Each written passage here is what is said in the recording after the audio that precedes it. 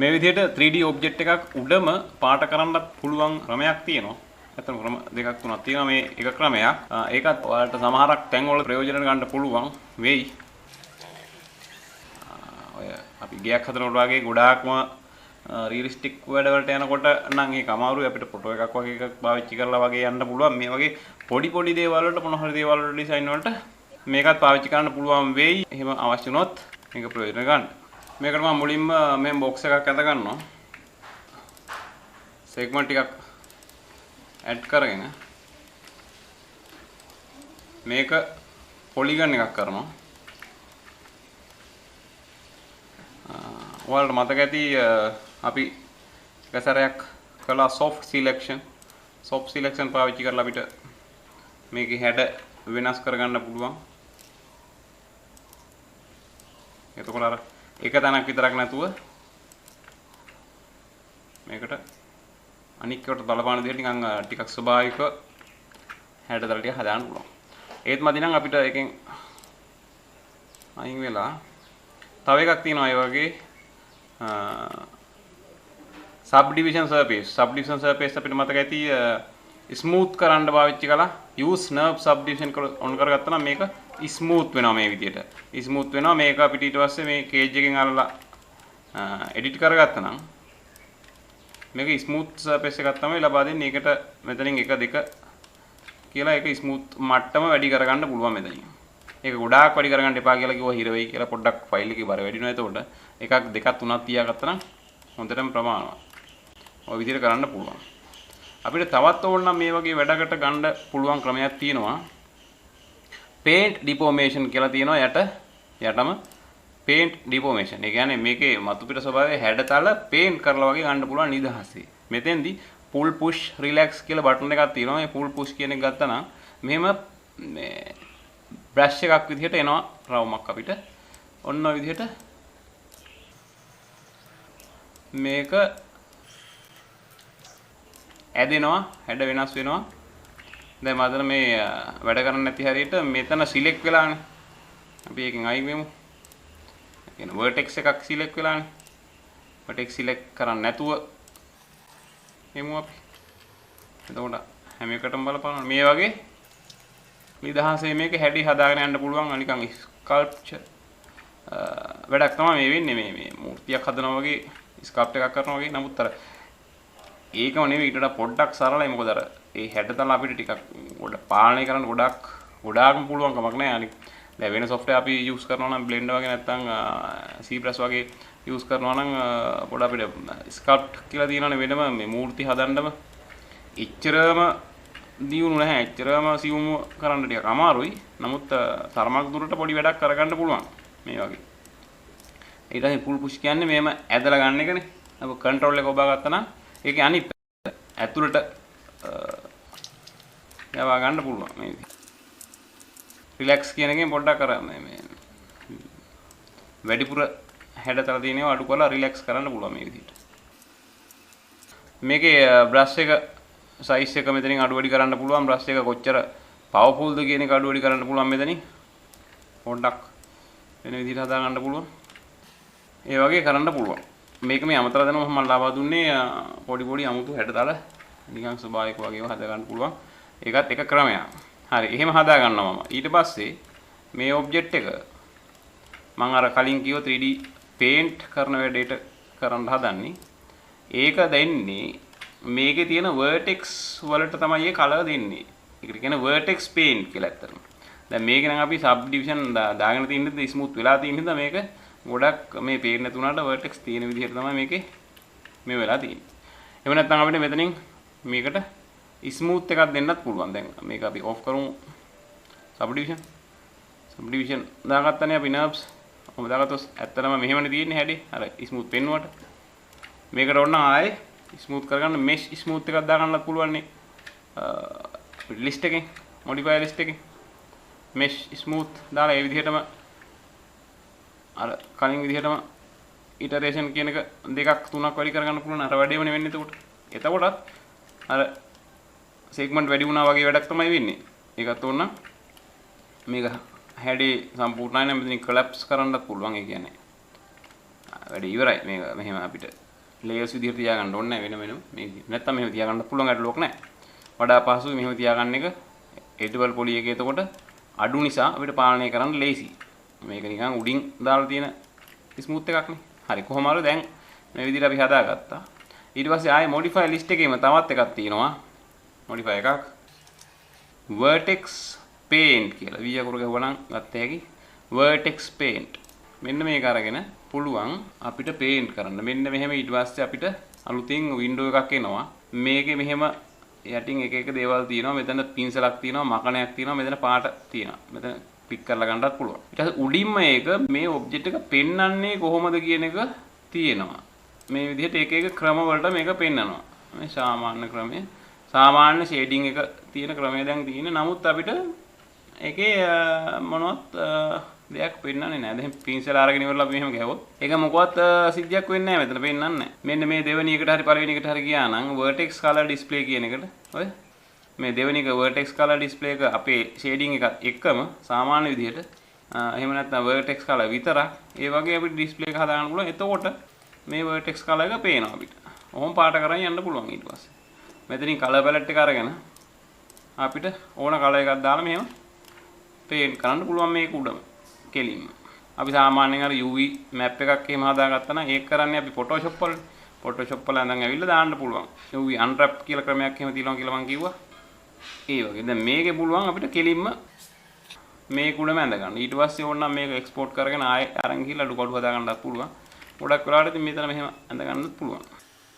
ඒ වගේ ඕන එකක් හදා ගන්න පුළුවන්. අපි නිකන් මොනක් වගේ එකක් කරමු. brush opacity එක හදන්න පුළුවන්, size එක හදන්න පුළුවන්. අර vertex වලට බලපාන එකක් හින්දා මේක හරියටම අර ලස්සනට අපි Photoshop වලින් කරනවා වගේ ඉන්නේ නැහැ. එහෙමනම් ගොඩක් vertex දාන්න වෙනවා. ගොඩක් smooth එකේදී ගොඩාක් vertex දාලා segment වැඩි කරගෙන ඉන්න වෙනවා. එහෙම නැතුව මේ සරල වැඩක් මේ වගේ කරනකොට අර අපිට clean රේඛා ගන්න බෑ. සාමාන්‍ය vertex වලට දෙන එකක් නේ. ඒකින්ද මේක අර නිකන් pixel කැඩිලා වගේ කොටු කොටු වගේ නිකන් ඒ වගේ තමයි එන්නේ. low quality විදියට. තරමක වැඩට තමයි අපිට මේක ගන්න පුළුවන්. එහෙම නැත්නම් අර වගේ ගොඩාක් vertex දාගෙන එනකොට ටිකක් ඉතින් හිර වෙන්න ඉඩ තියෙනවා. ෆයිල් එකේ බර වැඩිකමට. ඔය වගේ ඕන හැඩතල සාමාන්‍යයෙන් ඔය නිකන් මොන හරි පොඩි ක්‍රැකර්ස් වගේ නිකන් කැඩිච්ච බින්දිච්ච තැන් ඒ වගේ පොඩි පොඩි දේවල් වලට නම් මේක ඉතින් එච්චර ගැටලුවක් නෑ. අර ක්වොලිටි නැතිකම හින්දා මම කිව්වේ. ගැලපෙන තැන් වලට පාවිච්චි කරන්න පුළුවන්. ඔයගේ පොඩි පොඩි දේවල් වලට නම් ඉතින් ලොකු ගැටලුවක් නෑ. නැත්නම් අර vertex මදි එකේ segment මදි එකේ ගැටලුව එනවා. මේ විදිහට අර ක්වොලිටි මදි. ඔය වගේ අඳ ගන්න පුළුවන්. ඕන එක. හරි මේ වගේ අපිට සිලෙක්ෂන් වලට ගිහිල්ලා එක කොටසක් තෝරගෙන එහෙම අඳින්නත් පුළුවන්. ඒ වගේ නොඑක් වැඩ තියෙනවා. මකණෙන් මකන්න පුළුවන්. බ්ලර් කරන්න පුළුවන්. ඒ වගේ දේවල් පුළුවන්. හරි දැන් මේක අපි මේ අරගත් එක මම රෙන්ඩර් කරනවා. මොකද වෙලා තියෙන්නේ? කිසිම වැඩක් නැහැ අපි අඳලා කියලා මේක රෙන්ඩර් වෙලා නැහැ. vertex paint එකට ගිහිල්ලා vertex paint කරාට මේක rendering එකට අදාළ වෙලා නැහැ. ඒකට මොකද කරන්නේ? ඒකට අපි මැටීරියල් එකක් දාගන්න වෙනවා. දැන් අපි තාම මේකට මැටීරියල් එකක් දාගෙන නැහැනේ. මෙහෙම මැටීරියල් එකක් දාගන්න වෙනවා මේකට. දැන් රෙන්ඩර් කරනවා. ඒත් මේක පෙන්වන්නේ අපි දාගත්ත මැටීරියල් එකනේ තෝරලා තියෙන්නේ. diffuse color එකක් මෙහෙම දැම්මොත් එහෙම. ඒ මැටීරියල් එකනේ දැන් පෙන්වන්නේ. එහෙනම් මොකද කරන්නේ? මේ මැටීරියල් එකේ diffuse color එක අපි දැම්ම මේ color එක නෙන්නේ. අපිට ඕනේ ඒක නෙමෙයිනේ. අපිට අවශ්‍ය කරන්නේ මේ අපි පාට කරපු එක මෙතන. එහෙමනම් මේ diffuse color එක මේ map එකේ diffuse color එක පිට තියෙන පාට diffuse color එක ඒක map එක ගත්තා නම් මේ වගේ map අපි ගොඩක් කළා මතකයිනේ. checker map, cellular map, මේ marble ඒවා දුන්නනේ මේ smoke මේ noise වගේ ඒවා මතකයිනේ කළා. එතනම තව තියෙනවා යටට ගියා නම් vertex color කියලා map එකක් දෙනවා. එතකොට මෙන්න මේක දුන්නා නම් මෙයා දන්නවා මේකේ paint කරලා තියෙන vertex paint එක තමයි මේකට ගන්න ඕනි කියලා. හරි. vertex color කියන map එක දැම්මා.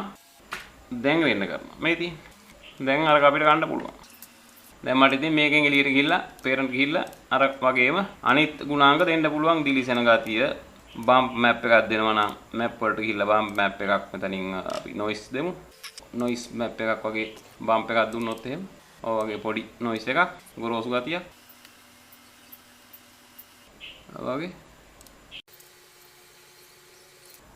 ඔහොම දෙන්න පුළුවන්. ඒ වගේ අනිත් ගුණාංග හදා ගන්න පුළුවන්. අර diffuse color එක විතරක් අපි දාලා තියෙනවා map එකක් vertex paint කියන map එක. ඒ විදිහට හදා ගන්නත් පුළුවන්. දැන් අපි මෙහෙම හදලා ඉවර වෙලා මෙතෙන්ට ආපහු editable poly එකට ගිහිල්ලා මෙව්වා වෙනස් කළොත් එහෙම පොඩි ප්‍රශ්න ඉතින් මේකේ ඇති වෙන්න ඉඩ තියෙනවා. මොකද දැන් අපි හදලා ඉවරයිනේ. වගේ දැන් ඔය සබ්ඩිවිෂන් වැඩි කරනවා ඒ වගේ වැඩ කළොත් එහෙම අරක වැඩ කරන්න නැතු යනවා අය. මොකද මේ තියෙන සෙග්මන්ට් ගන්නට vertex ගන්නට මේව ගණනය වෙන්නේ. එතකොට අපි මේව මෙතන සේරම මෙතනට ගිහලා තියෙනවා. අර ඒ හින්දා ඒක ප්‍රශ්නයක් වෙනවා. ඒ හින්දා රූපේ අපේ ඔබ්ජෙක්ට් එක එඩිට් කරලා ඉවර වෙලා තමයි අපි අර මැප් එක හදන්න යන්නේ. නැත්තම් පස්සේ හදන්න ගියොත් එහෙම මැප් එක වෙනස් වෙනවා. ඒකින්ද මේකට නෙමෙයි මොන මැප් එකකට වුණත් අපි දැනගන්න ඕනේ වැඩේ මොඩල් කරලා ඉවර වෙලා පස්සේ මැප් එක දෙන්න. නැත්තම් මැප් එකට පොඩි ප්‍රශ්න එන්න ඉඩ තියෙනවා. ඒකත් මතක තියාගන්න. හරි මේ අපේ 3D Max වල මොකක් හරි ඔබ්ජෙක්ට් එකක අපි ඇනිමේෂන් කළා. එතනින් ටයිම් ලයින් එකට ගිහිල්ලා මොනවා හරි එඩිට් කරලා ඇනිමේෂන් කළා. ඒ වගේම මේ ගොඩක් අපේ මැටීරියල් වලටත් ඇනිමේෂන් දෙන්න පුළුවන්. මම මේක ඩිලීට් කරගන්නවා. නිකන් සරල එකක් කරලා බලමු. බොක්ස් එකක් දා ගන්නවා. මේකට මම මැටීරියල් එකක් දා ගන්නවා. මේකට අපි diffuse map එකක් දාගමු. මොකක් හරි එකක් noise එකක්ම ගමු. noise එකක්ම ගන්නවා මම. මේකේ පාට දෙක පොඩ්ඩක් වෙනස් කරගෙන වගේ ඊට පස්සේ parent ගිහිල්ලා මම maps එකේ bump map එකකටත් මොකක් හරි දෙමු අපි wave වගේ එකක් දෙමු wave වගේ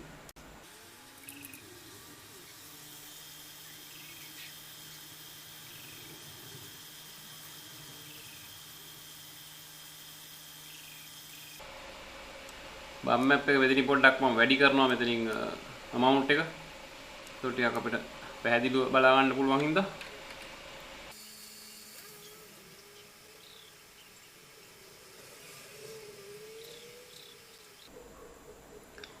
ඊට පස්සේ මෙතන ප්‍රේස් කියලා එකක් තියෙනවා. එහෙම නැත්නම් මෙතන ඔෆ්සෙට් එකෙන් යන්නත් පුළුවන්. මේ XYZ කියන ඔෆ්සෙට් එක කොච්චර එහාට යනවද කියන එකනේ. නැත්නම් මෙතන වේව් පැරාමීටර්ස් කියන එකේ යටින් ප්‍රේස් කියලා තියෙනවා.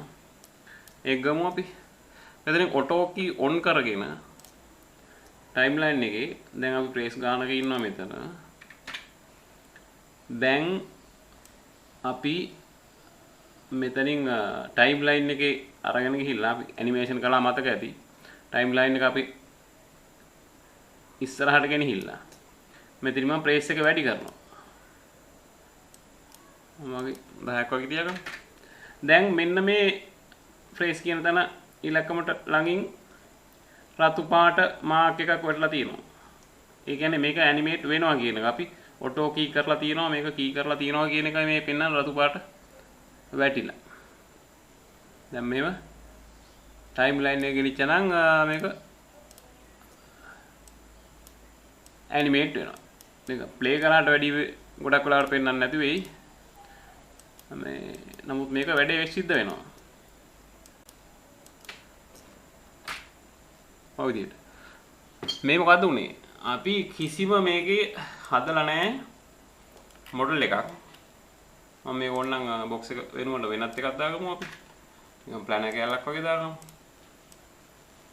කිසිම දෙයක් මේකේ හදලා නැහැ. අර කලින් අපි කොලයක් හිම කළා ඒ වගේ අපි කොලයක් කළා මතක ඇති ගහේ. එතකොට ඒක කලේ opacity map එකේ. opacity map එකෙන් ඒකට අදාළ නැති කොටස් ඉවත් කරලා පෙන්නුවා. අයින් කරලා නොපෙන්න ඉන්න හැදුවා. එතකොට කිසිම දෙයක් මොඩල් කරලා නැහැ නිකන් ප්ලෑන් එක කැල්ල. මේකෙත් ඒ වගේ තමයි. මෙතන සෙග්මන්ට් උත් ඕනේ නැහැ. හරි. දැන් ඔටෝ කී අයින් කරගන්නවා. සෙග්මන්ට් උත් මොකක් නැහැ නිකන් ප්ලෑන් එක කැල්ල. මේකට මැටීරියල් එක දැම්මම මේකේ හැඩතලත් සේරම ඇවිල්ලා තියෙන පෙන්නනවා. නිකන් රූපෙන් මේක ඇනිමේෂන් එකකුත් වෙනවා. ගොඩක් වෙලාවට ගේම් වල වගේ මේ දැන් ගේම් එකක වගේ රියල් ටයිම් රෙන්ඩරින් නේ තියෙන්නේ. ඒතකොට ගහන වෙලාවට මේක රෙන්ඩර් වී පෙන්නන එකක් නේ සමහරක් වෙලාවට තියෙන්නේ.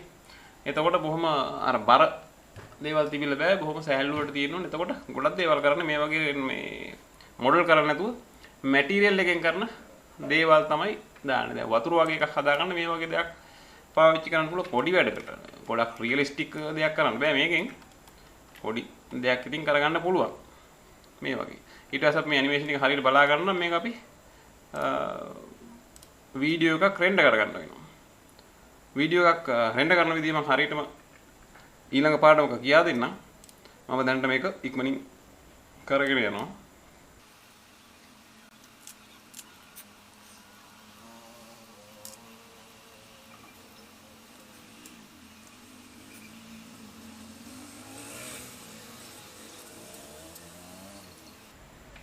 දැන් මේ විදිහට අපි වීඩියෝ එක ඇවිල්ලා තියෙනවා. ඔය මේ මම සරලව දල වශයෙන් මේ හදාගෙන ගිය එකක් නිසා නැත්තම් හිමිහිට බලලා මේක ස්ලෝ කරලා Tamanට ඕන විදිහට හදා ගන්න පුළුවන්. එතන කිසිම මොඩල් කිරීමක් ඕනේ නැහැ. නිකන් මැටීරියල් එක තමයි මේ ඇනිමේට් වෙන්නේ. හරි. ඒ කරුණු ටිකෙන් අපි මේ පාඩම ඉවර කරමු. ඊළඟ පාඩමෙන් තව පැත්තක් ගැන කතා කරමු.